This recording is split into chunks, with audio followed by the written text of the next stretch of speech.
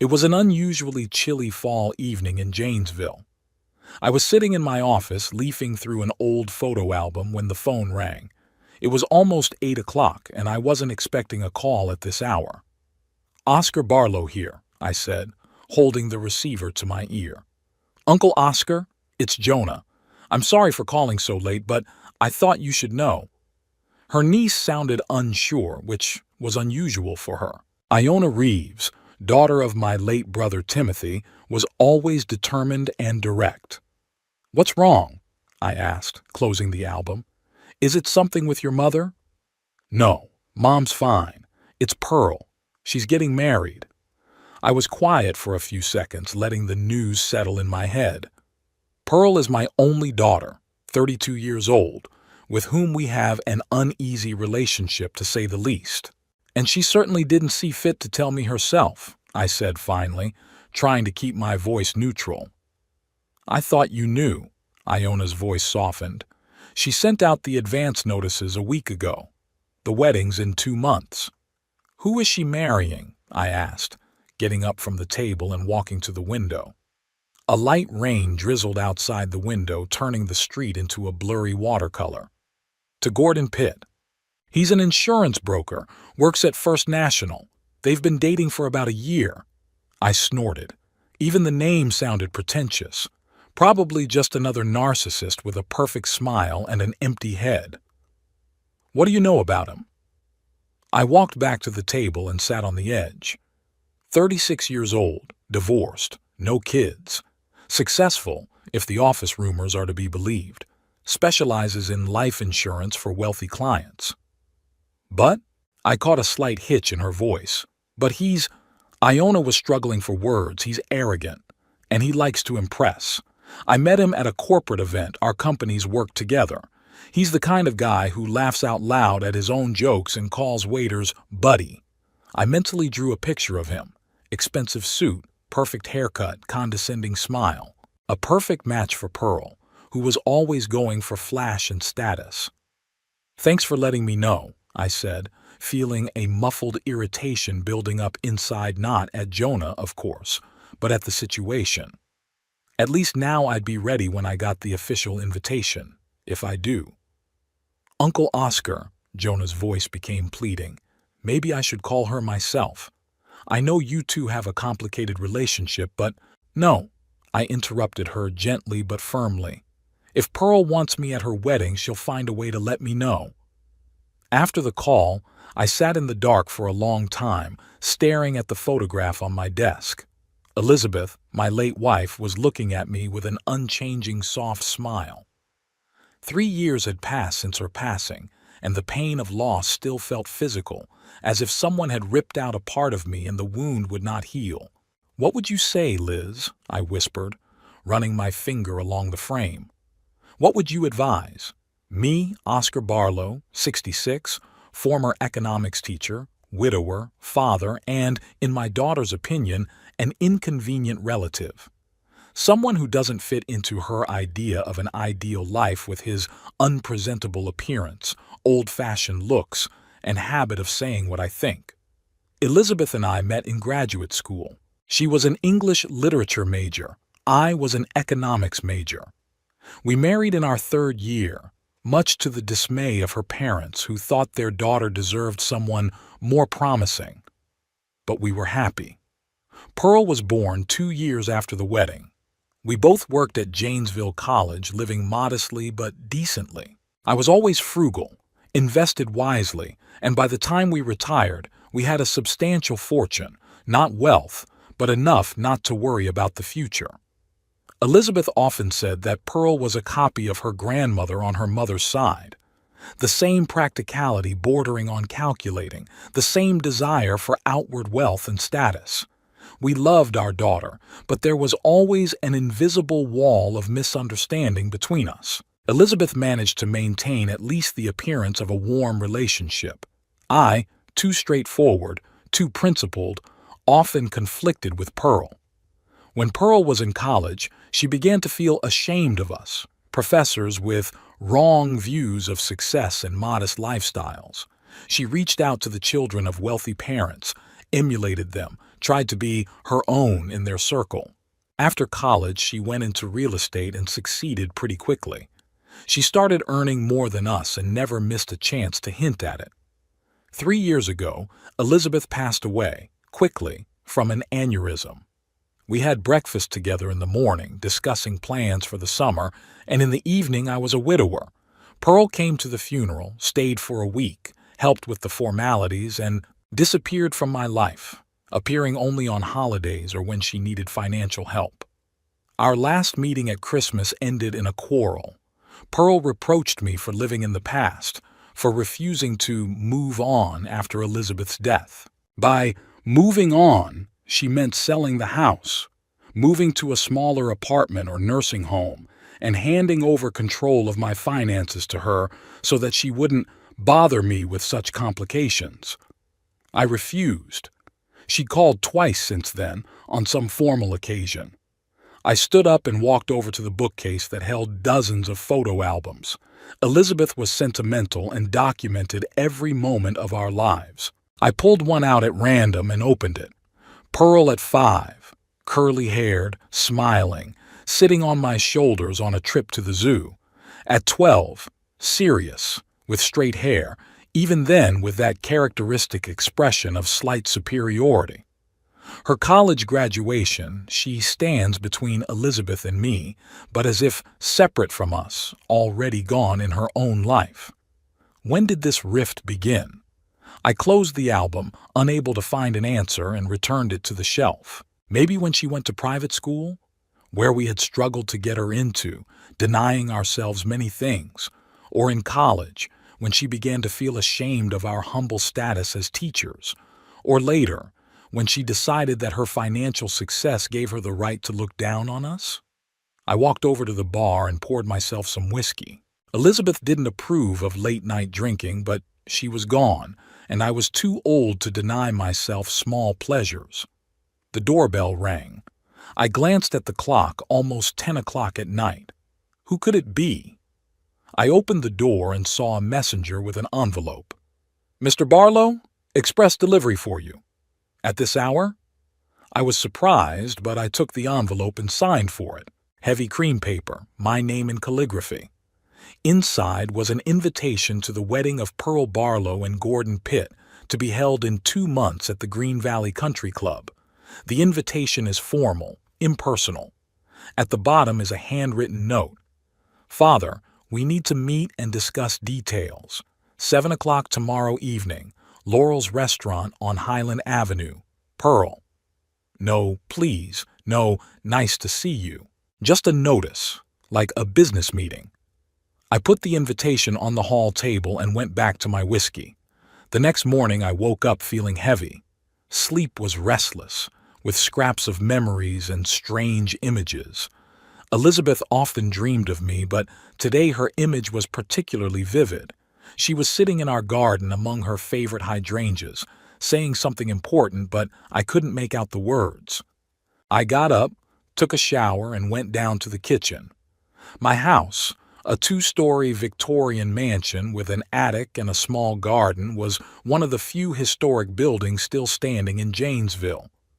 Elizabeth and I bought it 30 years ago when I got tenure as a professor. Now it was too big a space for one person, but I couldn't bring myself to sell it. Every corner here reminded me of her. I brewed some coffee, pulled out yesterday's baguette, and sat down at the table. Outside the window it was gray and rainy, typical fall weather for our town. I picked up my cell phone and dialed Jonah's number. "Good morning, Uncle Oscar." Her voice sounded cheerful despite the early hour. "How are you?" "Got an invitation last night," I said, wasting no time in greetings. "Pearl wants to meet me at the Laurels tonight." "Oh," Jonah sounded surprised. "This is unexpected. The Laurels isn't the cheapest place in town." "Exactly," I sipped my coffee. "I think it's going to be about money." "Are you going to go?" I hesitated. Part of me wanted to say no, send a quick text and say I was busy. But the other part, the part that still remembered Pearl as a child sitting on my shoulders, couldn't do that. "I'll go," I finally answered. "She is my daughter after all." Be prepared for them to ask for money, Iona warned. Pearl had told Melanie from our office that she wanted a wedding as big as the mayor's daughter's last summer, and that one cost a fortune. I can guess, I said, feeling the irritation building inside. But we'll see what she says. After my talk with Jonah, I spent the day doing the usual things. I read the paper, checked my investment portfolio, did a little work in the garden, even though the weather was not favorable for it. Despite my retirement age, I tried to keep fit. Daily walks, working in the garden, sometimes swimming in the city pool. Elizabeth always said that a man should age with dignity, keeping his strength and clarity of mind. In the evening, I began to pack for the meeting. Laurel's was a pretentious restaurant with French cuisine and exorbitant prices, not the kind of place I usually go to, but tonight I decided to match it. I pulled the suit I'd worn to Elizabeth's funeral out of the closet, ironed my shirt, and picked out a matching tie. Looking in the mirror, I saw a tall, thin man with a straight back, gray hair, and a face that Elizabeth called professorial, with deep wrinkles around his eyes and mouth, evidence of a life of reflection and worry. Iona was right. It would be about money. I knew that for sure. Ever since Elizabeth's passing, my relationship with my daughter had revolved around finances in one way or another. She never asked directly, but she was always able to create a situation where I offered to help. A new car, a down payment on an apartment, a vacation in the Bahamas. Pearl got all of these things with my help, and each time I hoped it would strengthen our relationship. And every time, I was wrong. Elizabeth saw this, but always defended her daughter. "She's young, Oscar. She's still learning about life. Give her time," she would say. But time passed, and Pearl never changed. And now that Elizabeth was gone, the relationship grew even colder. Without her softening influence, without her diplomacy, Pearl and I just couldn't find common ground. I left the house at 6:30 sharp. The rain had stopped, but the streets were wet, reflecting the light of the street lamps. As I got into my old but reliable Volvo, I thought about the fact that today's meeting was unlikely to change anything in our relationship. But maybe it's time to stop hoping for change and accept reality as it is. Maybe it's time to put an end to this painful chapter of my life. The Laurel's restaurant was located in a restored historic building in downtown Janesville. Once the town manager's mansion, it was now a place where the local elite showed off their wealth over a glass of French wine. I pulled in at 7 sharp and left my car in the parking lot. The maitre d' met me at the entrance and gave me an appraising look. My suit, though of good quality, was not up to the standard of the place, but it was decent. "I'm here to see Miss Barlow," I said, holding his gaze.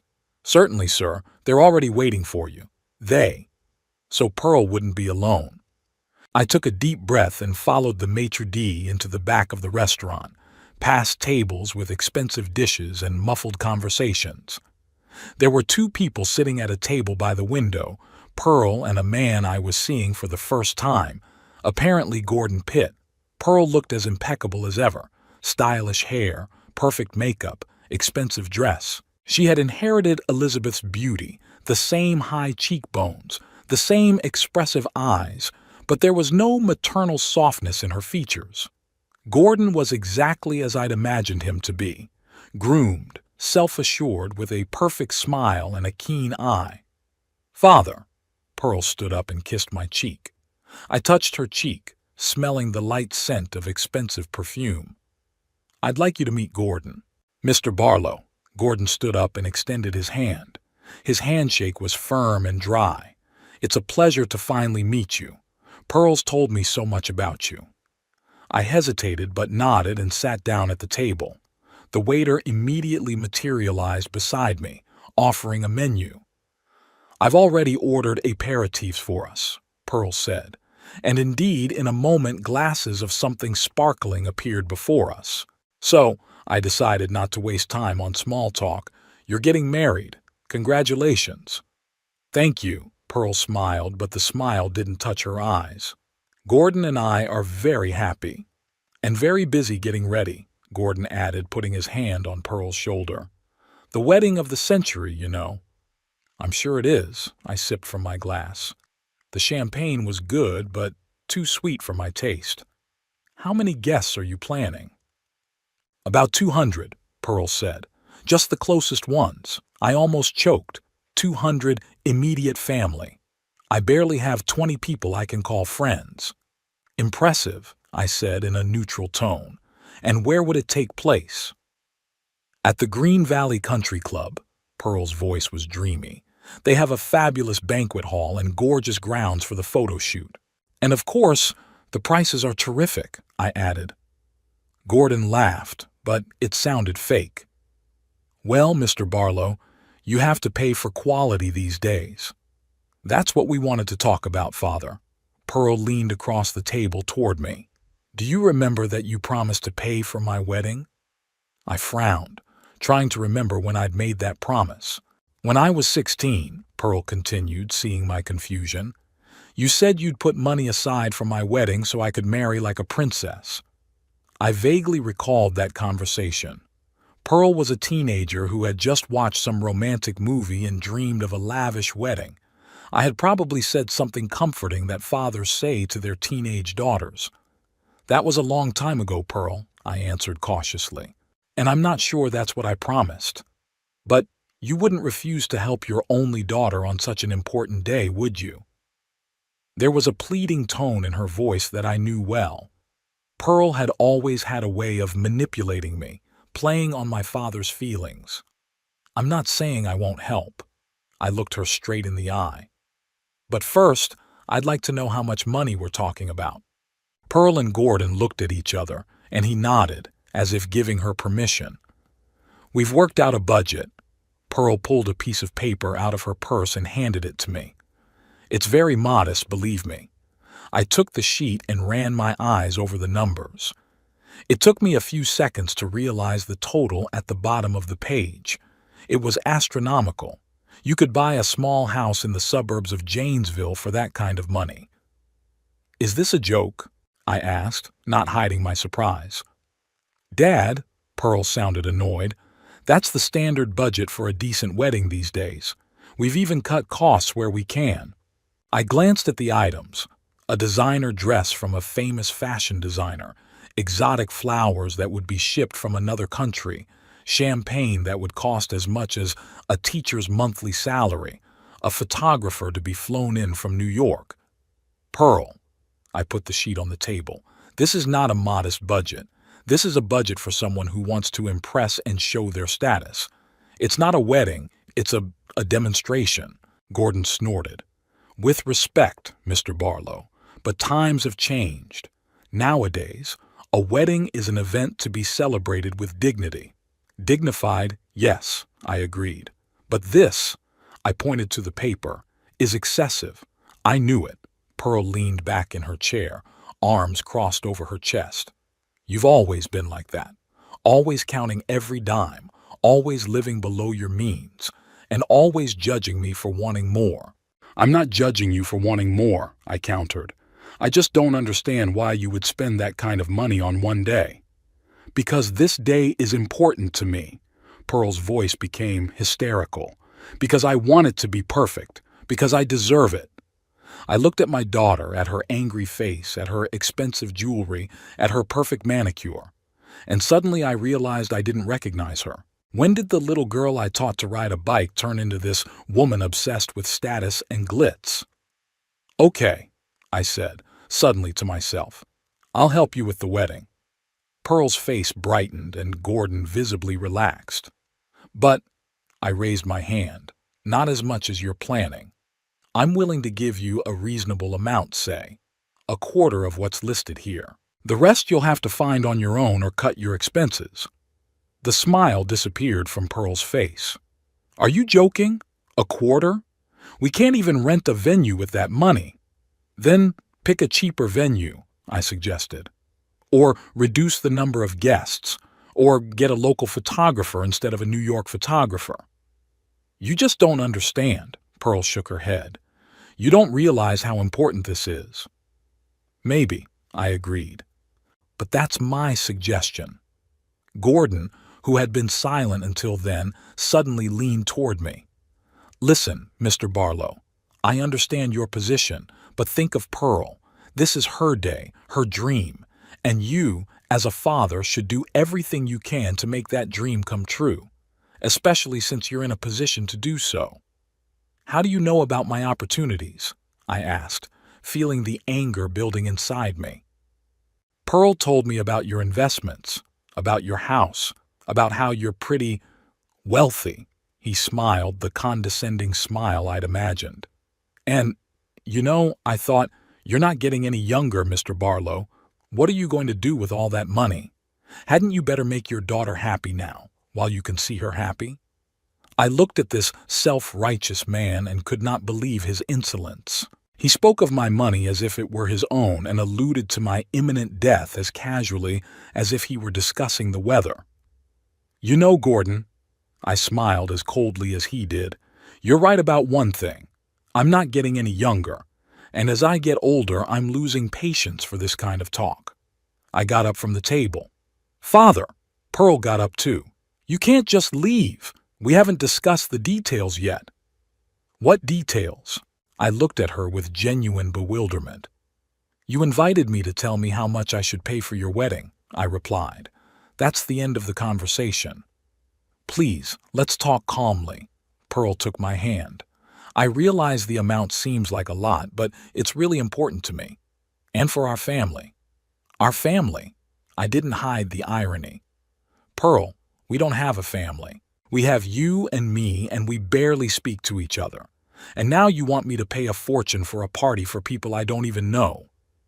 It's important for my reputation, she insisted. For my career. You know how the real estate business works. Connections make all the difference. And this wedding, it's a marketing ploy, I finished for her. Not a wedding, but a show of status to attract richer clients. Am I right? Pearl didn't answer, and that was more eloquent than anything I could say. Look, Mr. Barlow, Gordon interjected again, let's not be dramatic.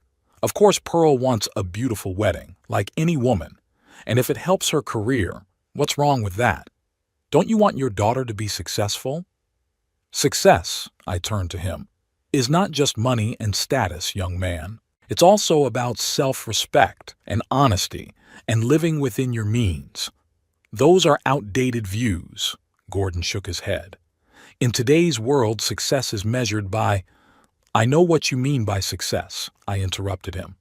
And I don't need a lecture from a man who's known me for less than an hour and is already discussing how to spend my money after I'm dead. Gordon blushed, and Pearl threw him a warning glance. Father, please sit down, she asked more gently. Let's discuss this like adults. I hesitated. Part of me wanted to just walk away, but the other part of me, the part that still remembered Pearl as a child, couldn't do that. Okay, I sat back down at the table. Let's talk about it. But first, I want to hear an honest answer.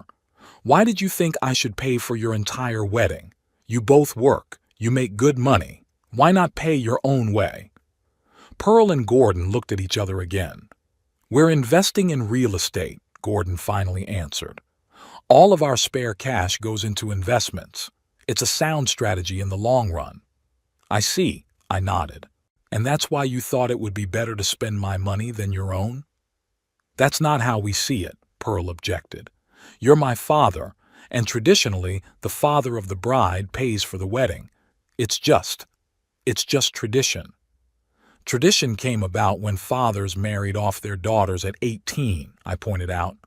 You're a grown woman, Pearl, and if you want a wedding for that kind of money, you ought to be ready to pay for it yourself. But you have the money, she exclaimed. You've got a house worth a fortune. You've got investments. And what do you do with it? You sit alone in a huge house and what? You wait to die? Her words hurt more than she could have imagined, but I didn't let the pain show on my face. What I do with my money, Pearl, is my business. And yes, I will help you with the wedding, but on my terms, not yours. What terms? She asked suspiciously. I'll pay a quarter of the money, as I said. And I want to see all the bills. No transfers to the general fund or anything like that. I'll pay directly to the suppliers." Gordon frowned, clearly unhappy with this turn of events. "That's not very convenient, Mr. Barlow. We have our own wedding fund, and it would be easier. These are my terms," I was adamant. It was either that or nothing. Pearl looked annoyed, but then her face changed and she smiled. The same smile she used as a child when she wanted something from me. "All right, Father, we agree to your terms. A quarter of the sum is also a substantial help." Something in her quick agreement alarmed me, but I didn't pursue the subject. "Good," I nodded. "Send me a detailed cost plan with the contacts of the suppliers. I'll contact them directly." "Of course," Pearl smiled even wider. "And thank you, Father. I knew I could count on you." We ordered dinner, and the conversation turned to more neutral topics. Gordon talked about his work, about his clients. He didn't name names, but he made it clear that some of them were very powerful, about his plans for the future. Pearl would nod and look at him with an admiration that seemed exaggerated to me. I ate and listened, sometimes nodding, but inwardly feeling like a stranger at this celebration of life. They talked about things I didn't understand and didn't want to understand: status shopping, private clubs, social media promotion strategies. Their world was alien to me, just as my world was alien to theirs. As dinner drew to a close, I asked for the bill. "I invited you," Gordon objected, but without much enthusiasm. "No, I insist." I handed the waiter my credit card. "Consider it my wedding present." Gordon grinned, and I realized he appreciated the irony. The dinner bill was paltry compared to the amount they were hoping to get from me. We walked out of the restaurant together. The evening was cool, and Pearl was shivering in her light dress. "Can I give you a ride?" I offered. "No, thanks. We have a car," she said, pointing to a brand-new BMW parked nearby. "We live on the other side." "Okay," I nodded. "I'll see you then." "I'll call you the other day to discuss the details," Pearl said, kissing me on the cheek goodbye. "And thanks again." I watched them get into the car and drive away, and I felt a strange emptiness inside. This was my daughter, my flesh and blood, but between us lay a gulf of misunderstanding that seemed impossible to bridge. On the way home, I reflected on our conversation. There was something about Pearl and Gordon's behavior that made me uneasy. They'd agreed to my terms too easily, too quickly turned the conversation to other topics. It was as if they had a backup plan I didn't know about. At home, I poured myself a whiskey and sat in a chair in my study. Elizabeth's picture looked up at me with her usual soft smile. "What would you do, Liz?" I asked, looking at her portrait. "You always were a better judge of character." Of course, there was no answer. But I knew Elizabeth had never approved of my generosity toward Pearl. "You're spoiling her, Oscar," she used to say. "Money is no substitute for your attention to her." I wondered. Maybe I really had been wrong all these years. Maybe by trying to buy my daughter's love, I was only alienating her from me. But it was too late to change now. Pearl had grown up the way she was, and my belated attempts at parenting would only make her angry. I finished my whiskey and went to bed, but I couldn't sleep for a long time. Thoughts of the upcoming wedding, of Pearl and Gordon's strange behavior, of the money I'd promised to pay. All these things were running through my mind, keeping me awake, and somewhere deep inside was a feeling that I was making a mistake, that my money wasn't going to get me or Pearl what we both really wanted, but I'd already made my promise, and it was too late to back out. The week after the meeting at the restaurant was a busy one.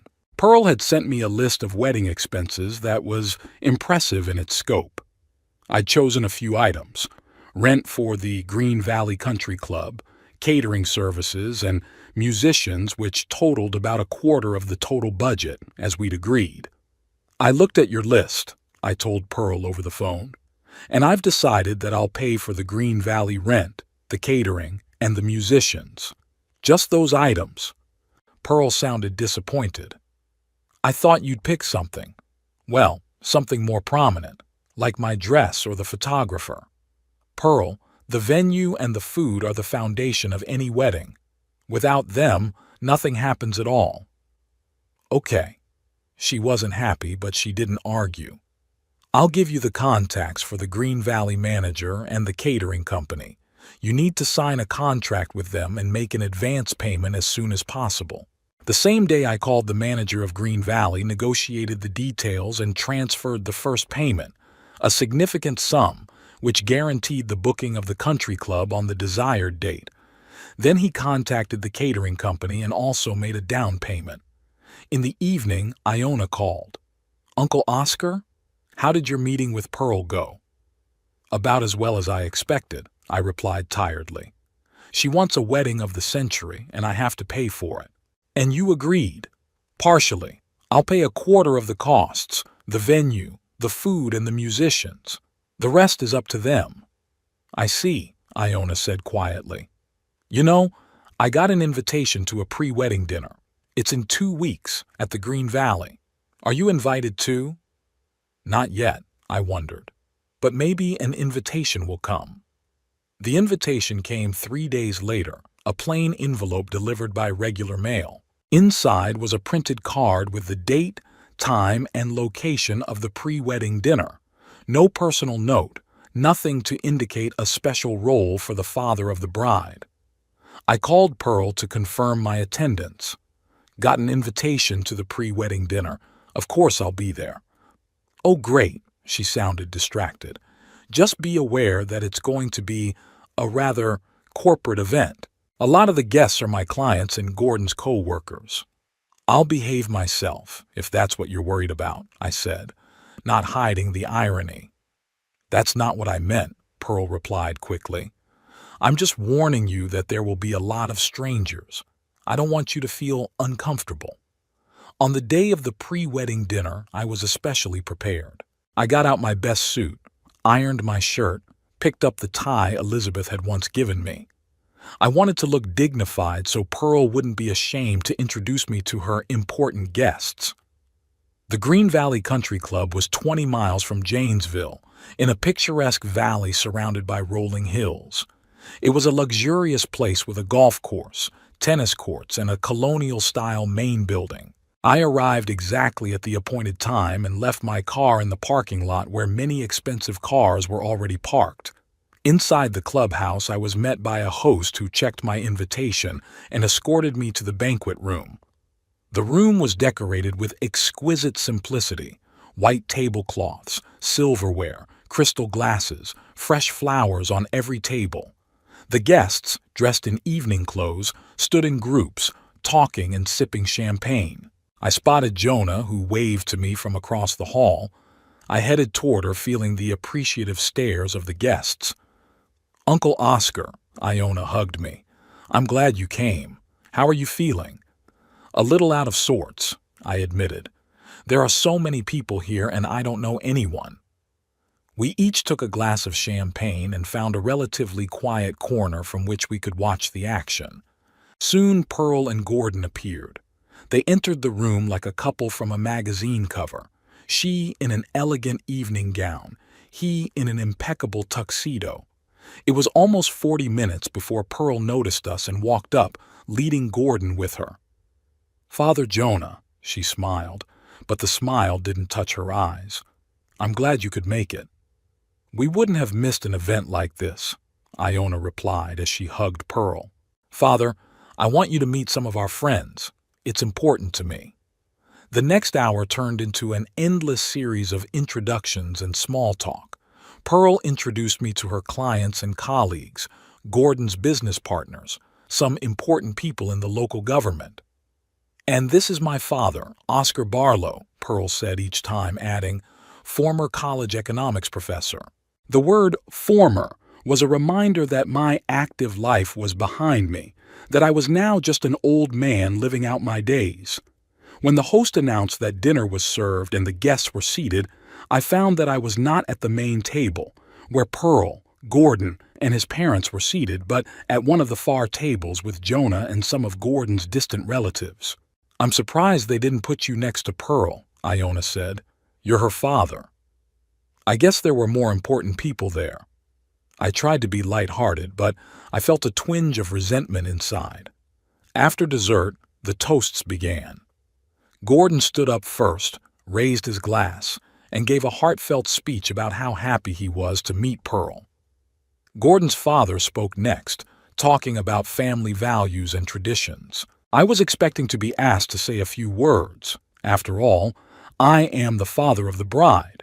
But instead, it was Pearl herself who took the floor. I want to thank everyone who has come to share this special evening with us, she began, looking around the room. I'm especially grateful to Gordon's parents who have taken me in like their own daughter and supported us through everything. I also want to thank everyone who is helping us organize the wedding, Pearl continued. Thanks to you, our day will be exactly as we dreamed it would be. Elegant, stylish, and modern. At the last word, she gave me a brief glance and I felt a chill run down my spine. Speaking of modern, Pearl smiled, but there was something strained in her smile. I want to touch on a delicate subject. As you know, a wedding is not only a celebration for the newlyweds, but also a certain amount of stress, especially when one has to consider various factors. She looked in my direction again, and now several of the guests turned their heads to follow her gaze. My father, Pearl pointed at me, is an old-school man. He's used to certain ways of life, certain traditions, and sometimes it's hard for him to accept that the world has changed, that there are new standards, new expectations. There was silence in the hall. Everyone was looking at Pearl and me. Gordon and I have been thinking a lot about how to make our wedding perfect for everyone, Pearl continued. And we've come to the conclusion that some of the guests might be more comfortable not to attend the ceremony and banquet, but to share our joy in some other way. By now, everyone in the room was looking at me. I felt the color come to my face. Father, Pearl said, speaking directly to me, but still speaking into the microphone so that everyone could hear, I know you want the best for me. And I think the best thing you can do for me on this day is to let me spend it the way I want to spend it, without no factors that might spoil the atmosphere. What are you talking about, Pearl? I asked, standing up. What I'm saying, she took a deep breath, is that maybe you shouldn't come to the wedding. There were whispers in the hall. Some of the guests were clearly shocked, but some nodded as if agreeing with Pearl. I shouldn't come? I repeated, not believing my ears. You're asking me not to come to your wedding? Don't get me wrong, Gordon interjected, standing beside Pearl and putting his arm around her shoulders. We want this day to be perfect, and how shall I put it? Your appearance, your demeanor. They're not exactly in keeping with the format of the event. My look? I couldn't believe what I was hearing. My demeanor? Dad, don't make a scene, Pearl said softly, but the microphone was still on, and her words echoed throughout the room. You can see for yourself that you don't fit in with this company. You're old-fashioned. You don't know how to socialize with people of my circle. You're just going to feel awkward. And you'll ruin the party by looking like that, Gordon finished for her with a fake, sympathetic smile. I stood stunned by those words, unable to believe that my own daughter could say such a thing. Iona beside me jumped to her feet. Pearl, what are you talking about? She exclaimed. He's your father. How can you? It's none of your business, Lona, Pearl cut her off. This is between me and my father. No, Pearl, I finally found my voice. It's not between us anymore. You decided to take it public to humiliate me in front of all these people. I didn't mean to humiliate you. Pearl's voice had a whiny edge to it. I just wanted you to understand. I get it, I interrupted her. I realize that it's more important to you to impress these people than to show basic respect for the father who raised you. You know, Pearl, I turned to my daughter, you're right. I really won't fit in at your wedding, because I can't be a part of something so fake, so devoid of true values. I put my napkin down on the table and headed for the exit. As I passed the main table, I paused for a moment and added, looking Pearl straight in the eye, "Your mother would be disappointed, not with my manners or my looks, but with what you've become." With those words, I left the hall. Behind me, I heard the sound of voices, someone calling my name, but I didn't stop. I walked quickly to my car, feeling a storm of emotions building up inside: hurt, anger, frustration. At home, I went straight to the study and got a whiskey. I poured a glass, drank it in one gulp, poured another. I sat in the dark looking at Elizabeth's picture, thinking about how everything had gone wrong. The phone rang. It was Jonah. "Uncle Oscar? Are you all right?" "As much as I can be in a situation like this," I answered, trying to keep my voice steady. "I left right after you. I couldn't stay there. What Pearl did, it's unforgivable." "Thank you, Jonah." I felt a surge of gratitude toward my niece. "But you shouldn't have left because of me." "Do you want me to come over?" "No, I don't want you to. I need to be alone and, think." After my conversation with Jonah, I sat still for a long time, staring into the darkness. Gradually, the pain and shock were replaced by a cold rage.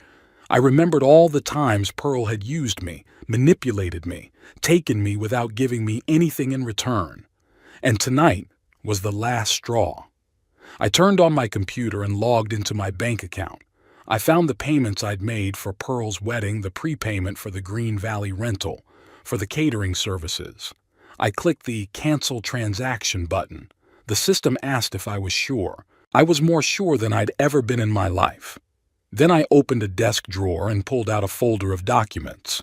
Among them was the contract for the car I'd bought for Pearl 3 years ago, a brand new Audi that was legally registered to me but actually used by her.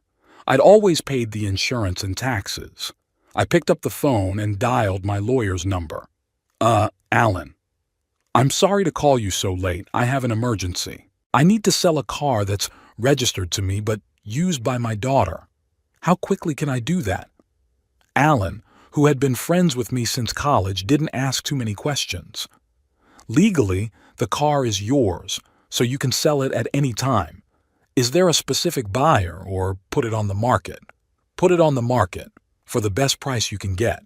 "Okay, but Oscar, maybe we should talk to Pearl first. I mean, she's using the car." "Not anymore," I said firmly. "Make the sale, Alan, as soon as possible."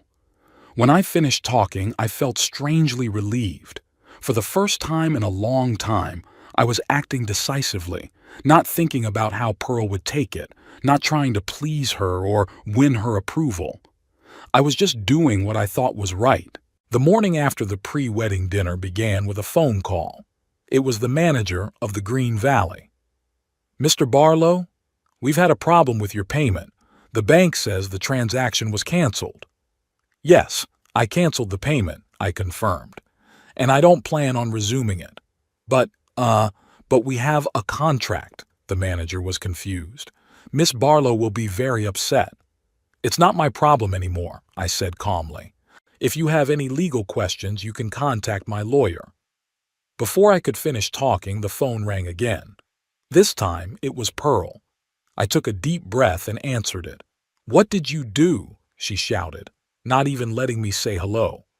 "Green Valley just called. They say you canceled the payment. Do you realize that now we might lose the wedding venue?" "After last night, I thought you'd be glad I had nothing to do with your wedding," I replied coldly. "After all, I am so out of place in your social circle, so spoiling the view with my old-fashioned manners." "You don't understand." Her voice sounded desperate. "That's not what I meant. I just wanted you not to feel awkward around all these people." "Don't lie, Pearl," I was adamant. "You humiliated me in front of everyone. You've made it clear that you're ashamed of me, that I'm a burden to you, not your father." "That's not true." She was almost crying. I just wasn't thinking. Please, let's talk. I'll come to you right now." "No," I cut her off. "Nothing will change by talking. My decision is final. I will not finance your wedding, not a dime." "But we have an agreement." Pearl went from pleading to threatening. "You can't just back out." We can sue you. Go ahead, I grinned. And you can tell the judge how you asked me not to come to the wedding so you wouldn't spoil the festivities. Pearl was silent for a moment, clearly not expecting that answer. And by the way, I added, call the catering company. I canceled that payment too. You can't do that. There was panic in her voice now. You promised. You gave your word. And you're my daughter, I said quietly. You were supposed to treat me with respect, not as an inconvenient relative you're ashamed to show your rich friends. I hung up without waiting for her response. The phone immediately rang again, but I didn't bother to answer it. Then it rang again and again. I turned off the sound and went into the kitchen to make coffee. While I was having breakfast, the doorbell rang. I went to the window and saw Pearl's car in the driveway. The same Audi I'd bought her 3 years ago. Gordon's SUV was parked next to it. The two of them had pulled in together. I opened the door and greeted them with a nonchalant look. Father, Pearl looked distraught, her eyes red with tears. Please listen to me. What happened yesterday, it was awful. I shouldn't have said those things. I apologize. Mr. Barlow, Gordon stepped forward, extending his hand for a handshake. I want to apologize too. We were both wrong. I ignored his hand and looked at Pearl. You're apologizing not because you realized how cruel you were, but because I canceled the payments for the wedding, I said bluntly. If I'd kept paying, you'd think everything was fine. It isn't, Pearl objected, but there was a flicker of uncertainty in her eyes. I'm really sorry, I was just confused. All these people, all these expectations. Pearl, I shook my head. You're a grown woman. You made your choice. Now live with the consequences. I'm not paying for your wedding anymore, and that decision is final. But Father, one more thing, I interrupted her. I'm selling your car. What? Pearl stared at me in shock. My car? Why? Because it's mine, I answered calmly. Legally, it's always been in my name. I bought it, I paid the insurance and the taxes. Now I've decided to sell it. You can't do that! Pearl went into a screaming match. It's my car! You gave it to me! No, I shook my head. I gave you permission to use it. That's different. Mr. Barlow, Gordon interjected, his tone hardening. I realize you're upset, but this is getting out of hand. If you sell Pearl's car, we'll be forced to go to court. Are you a lawyer, Mr. Pitt? I asked ironically. No, but then don't threaten me with a lawsuit, I smiled. Any lawyer will tell you that I have every right to dispose of my property. The car is registered to me, and I can do what I want with it. Pearl looked confused, like she couldn't believe I was really doing this. Why are you doing this? She asked quietly. To punish me? No, Pearl, I sighed. Not to punish you. To make you realize that you can't treat people like ATMs and then expect them to love and support you. Relationships are about reciprocity, respect, caring, all things I haven't seen from you in years. That's not fair, Pearl exclaimed. I've always been a good daughter. I've called. I've visited you. When you needed something, I finished for her. When you needed money for a new apartment, for a vacation, for a car. And when I asked you just to spend time with me. Do you remember how many times you said no, saying you were busy? Pearl lowered her eyes, unable to answer. Look, Gordon intervened again, his voice more conciliatory. Let's discuss this calmly. We can find a compromise. Maybe you'll agree to pay at least some of the expenses, and maybe you could hold off on selling the car, at least until after the wedding. I looked at him with interest. This man had just publicly humiliated me, and now he was trying to bargain as if we were in a bazaar. No, I shook my head. No compromise. I've already contacted the dealership. They'll pick up the car tomorrow. And as for the wedding, that's entirely your responsibility. You both work, you make good money, you can handle it. But we've already planned it, Pearl sounded desperate. We've sent the invitations, we've booked all the favors. Without your help, we'll have to cancel the wedding or postpone it. It's your choice, I shrugged. You can do something more modest. or you can put it off until you've saved up enough money." "You're a cruel man," Pearl whispered, looking at me with a mixture of anger and pain. Mom would never do that. It was a low blow, and Pearl knew it. I felt something inside me clench, but I kept my composure. "Your mother would never humiliate a man in front of 200 guests," I said quietly, "especially a man who had loved and cared for her all her life. So don't tell me what Elizabeth would have done." Pearl pulled back as if I'd slapped her. Gordon put his hand on her shoulder. "Let's go, Pearl," he said. "We're not going to get anywhere here." They turned to leave, but Pearl stopped at the threshold and looked at me. "You'll regret this," she said.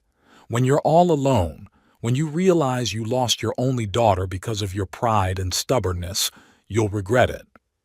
"Maybe," I nodded, "but now I know I'm doing the right thing." I closed the door and leaned back against it, feeling suddenly tired. Despite the firmness I displayed in front of Pearl and Gordon, a hurricane of emotion raged inside me. This was my daughter, my flesh and blood, and breaking up with her, even a well-deserved one, hurt. But I couldn't let her continue to treat me like a convenient funding source to be used and then discarded when it became inconvenient. I deserved better than that. And oddly enough, I believe Pearl deserved better too. She deserved a chance to be a more honest and decent person, even if that lesson would be painful. Throughout the day, Pearl called several more times, but I didn't answer. Instead, I called my attorney Alan and asked him to come to my house.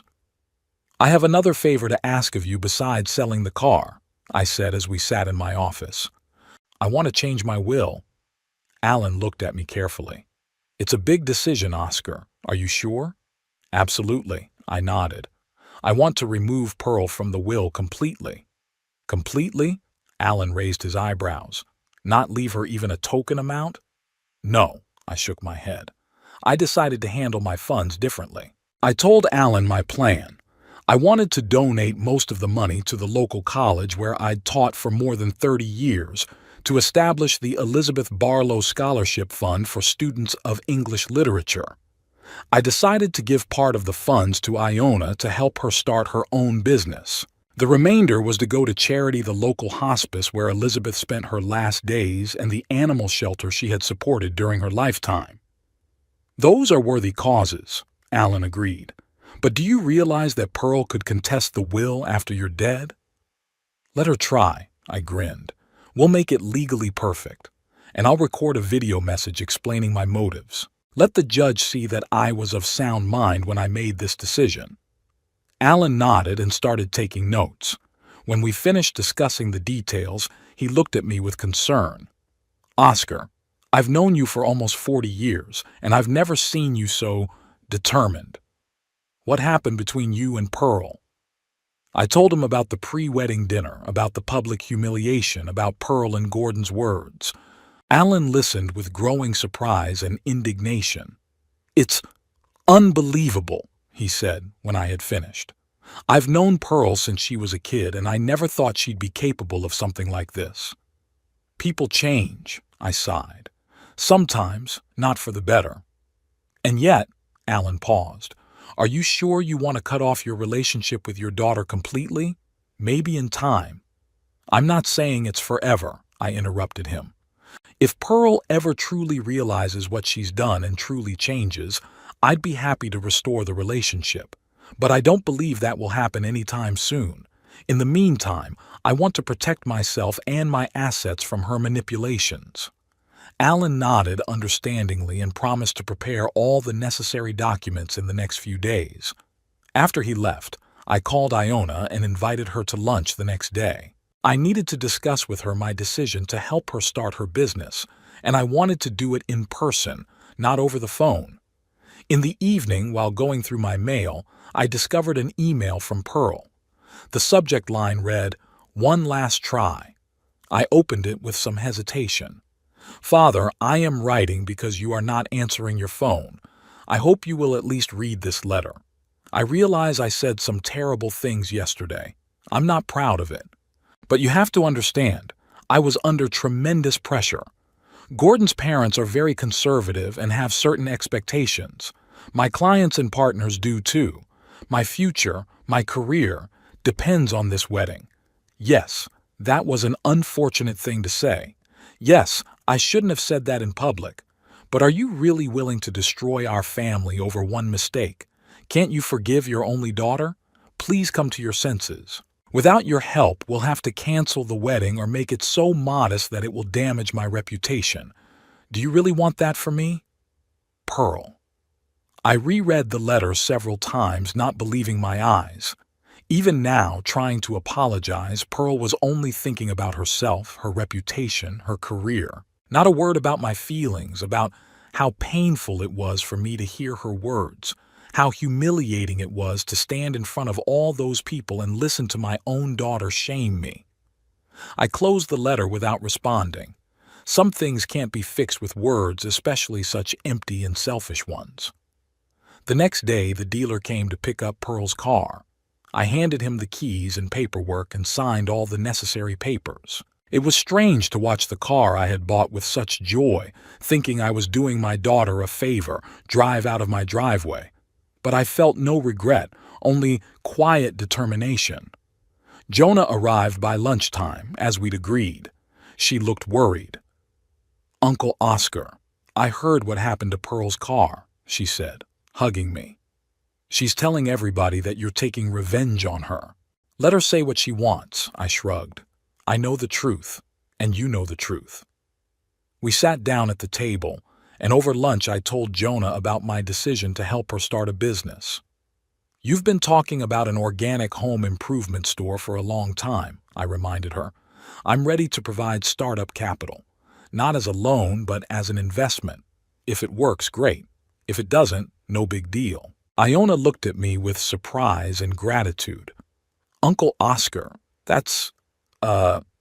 this is incredibly generous, but I can't accept such a gift, especially now that you're having a conflict with Pearl. She'll think you're doing it to spite her." "Let her think what she wants," I said again. "I'm doing this because I believe in you and your idea, because I know you don't just take, you give, and because, unlike some, you've never been ashamed of me or my old-fashioned views." Iona smiled, but there were tears glistening in her eyes. "I was never ashamed of you, Uncle Oscar. You've always been an example to me. After Daddy died, you became a second father to me. We discussed the details, the amount of money I was willing to give, the business plan she had already started to draw up, possible locations for the store." Iona was full of enthusiasm and ideas, and I felt I had made the right decision. It's better to help someone who appreciates that help and will do something useful than to keep spending money pointlessly on someone who only sees you as a source of funding. After lunch, Jonah and I took a walk around the garden. The day was clear and the first fall leaves were golden in the sun. "Do you think you and Pearl will ever get back together?" Jonah asked as we sat down on a bench near the old apple tree Elizabeth had planted. "I don't know," I answered honestly. "It's hard for me to see how that's possible now. She hurt me, Jonah, very deeply, and even now she doesn't realize what she did wrong." "Give her time," Iona put her hand on mine. "Maybe when things settle down, she'll understand." "Maybe," I nodded, though I didn't really believe it.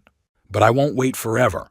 Life's too short to waste it on people who don't appreciate you." After Jonah left, I called the college and made an appointment with the dean. I wanted to personally discuss the details of the scholarship fund I was planning to establish. Elizabeth had worked there all her life, teaching students the finer points of English literature, and I knew she would have loved the idea of helping young people get an education even after her death. In the evening, another call rang out. It was Gordon. I was hardly surprised. After Pearl had failed to get her way, she had obviously sent her fiancé to negotiate. "Mr. Barlow," his voice sounded unexpectedly conciliatory. "I'm calling to apologize again for what happened at the pre-wedding dinner. It was unforgivable." "Thank you for apologizing, Gordon," I replied with restraint, "but it doesn't change anything." "I understand," he sighed. "Still, I was hoping we could find some kind of solution. Pearl is very upset. She really regrets what she said. She regrets the consequences, not the words themselves, I pointed out.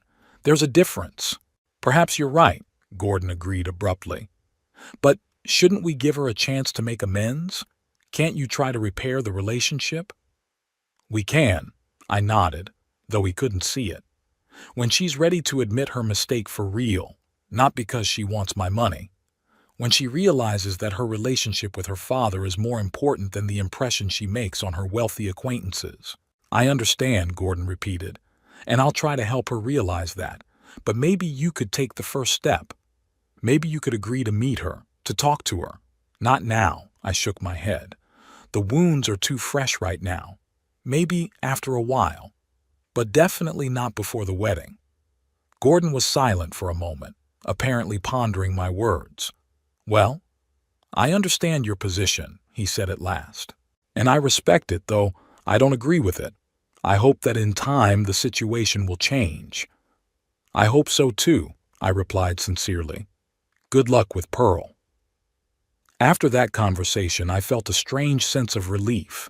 Maybe Gordon isn't as bad as I thought. Maybe he really does love Pearl and wants the best for her. And maybe someday he'd help her realize what she'd lost by rejecting her own father for status and external glitz. But that was a thing for the future. For now, I had to focus on the present, on my plans to help Jonah with her business, on setting up a scholarship fund in Elizabeth's name, on my own life that went on despite the pain of loss. I sat down at my computer and began making a list of everything that needed to be done in the coming days. Rewrite the will, do the paperwork for the scholarship fund, meet with a financial advisor to discuss investments for Jonah. The list was getting long, but instead of fatigue, I felt energized and determined. For the first time in a long time, I wasn't just existing, responding to the requests and demands of others, but acting according to my own desires and principles. Before going to bed, I took a long look at the picture of Elizabeth standing by my bed. I don't know if I'm doing the right thing, Liz, I whispered, but I'm doing what I think is right. I hope you would understand. And I thought Elizabeth smiled a little warmer than usual from the picture, as if giving her tacit approval. Spring in Janesville was always special. The air was filled with the scent of blossoming apple trees and lilacs, and the town seemed to be waking up after a long winter's hibernation.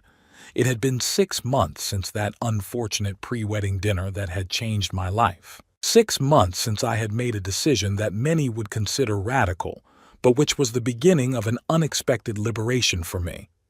I was standing in the garden, pruning the overgrown bushes that had grown over the winter when the phone rang. It was Lona. "Uncle Oscar!" Her voice sounded excited. "I did it. The bank has approved an additional loan for the store." "Congratulations." I was genuinely happy. I had no doubt that you would succeed. "Without your help, nothing would have happened," she sounded grateful. "Your investment gave me a start, and your advice helped me make a business plan that convinced the bank." In the last 6 months, the eco-friendly home goods store that Iona had dreamed of for years had become a reality. A small but cozy space in downtown Janesville, a thoughtful assortment, attention to detail, all this attracted customers, and the business gradually gained momentum. "You did it all yourself," I countered. "I just helped a little in the beginning." "It wasn't a little help," Iona laughed. "Anyway, I want to celebrate. How about dinner at my place tonight? I'll make your favorite risotto with mushrooms." "I'd love to," I agreed. "Would 7 o'clock be okay?" After my talk with Jonah, I went back to work in the garden thinking about the changes that had taken place in my life in the past 6 months. Pearl and Gordon's wedding was still on, though not as big as they'd planned. They'd moved it from December to February, changed the venue to a more modest one, and reduced the guest list. I knew this not from Pearl. She hadn't tried to contact me since our last conversation, but from Jonah, who still went to the ceremony, believing that family ties, no matter what, were important. "She asked about you," Iona told me after the wedding. She asked how you were, if you were well. And what did you say? I asked without much enthusiasm. She said you looked great and seemed 10 years younger, Iona smiled. You should have seen her face. She was obviously expecting to hear that you were lonely and remorseful. I wasn't remorseful. What's more, the decision to sever a toxic relationship with my daughter, oddly enough, brought me release. I stopped feeling guilty for not living up to her expectations, stopped trying to earn her approval with financial support, stopped hoping that one day she would see me not just as a wallet but as a person with feelings and dignity. Instead, I began to live for myself, and it turned out that at 66, life can be filled with new discoveries and encounters. It all started by accident. In January, as I was doing paperwork for the Elizabeth Scholarship Fund at the college, I ran into Margaret Reed, a new art history professor. We got to talking, and she invited me to a show of local artists she was curating. I accepted without much enthusiasm, more out of politeness than interest. But the exhibition turned out to be unexpectedly interesting, and Margaret turned out to be a pleasant interlocutor, knowledgeable and enthusiastic about her work. After the exhibition, we continued to socialize. Margaret, a widow like me, had recently moved to Janesville from Seattle and knew almost no one here. I showed her around the city, told her about its history, and introduced her to the local culture. She, in turn, exposed me to the art world, of which I had previously had only a superficial understanding. We didn't become a couple in the romantic sense. Both of us valued the memory of our spouses too much for that. But we became friends, and this friendship enriched my life with new colors and impressions. Through Margaret, I became acquainted with a group of senior citizens who organized the Second Youth Club. They arranged excursions, attended concerts, exhibitions, theaters, held literary evenings and culinary masterclasses. At first I was skeptical about the idea of joining them. It seemed to me that such clubs were for lonely old people who had nowhere to go. But gradually I realized that this was not the case. These people were not just passing the time. They were living a full life, continuing to develop, learning new things, enjoying every day. And I decided to follow their example. I enrolled in photography courses, which I had long dreamed of but kept putting off. I started going to the swimming pool 3 times a week. I joined a group of volunteers who read books at a children's hospital. And gradually, I found that my days were filled with meaning and joy, and the loneliness that had plagued me after Elizabeth's death receded. When I finished my work in the garden, I went into the house, took a shower, and began to get ready for Jonah. On the way, I stopped at a candy store and bought her favorite blueberry cheesecake. Iona's apartment was above her store, small but cozy, with big windows and a terrace where she grew herbs and flowers. When I arrived, the table was already set and the mouth-watering aroma of risotto was coming from the kitchen. "Uncle Oscar!" Iona hugged me and took the cheesecake. "You're on time, as always. I just finished cooking." We sat down at the table, and over dinner, Iona talked about her plans to expand the business. She wanted to add organic cosmetics and pet products to the range. People are becoming more and more concerned about what they use at home, what they put on their skin, what they feed their pets, she explained enthusiastically. And I want to offer them quality alternatives to mass-market products. As I listened, I was filled with pride for my niece. She had found her vocation, a business that brought her not only income but also satisfaction, and I was glad I could help her do it. "What about your personal news?" Iona asked as we moved on to dessert. "How are things going with Margaret?" "We're just friends, Iona," I smiled, "and I value that friendship." I know, she winked. "But you two look so good together, and she clearly has a thing for you." "I'm good with what I have," I shook my head. "Not every relationship has to turn romantic." After dinner, we went out on the terrace. The evening was warm and the air smelled of spring. The lights of Janesville could be seen in the distance, twinkling in the fading twilight. "Have you seen Pearl?" Iona asked, breaking the silence. "No," I shook my head. "I don't plan to." "She asked about you last week," Iona said cautiously. "We ran into each other at the supermarket. She looked not very well." "What do you mean, not very well?" Despite everything, I couldn't help but worry about my daughter. "Tired," Iona shrugged. "Said she and Gordon were going through a rough patch. Something to do with his work. Didn't go into details." I sighed.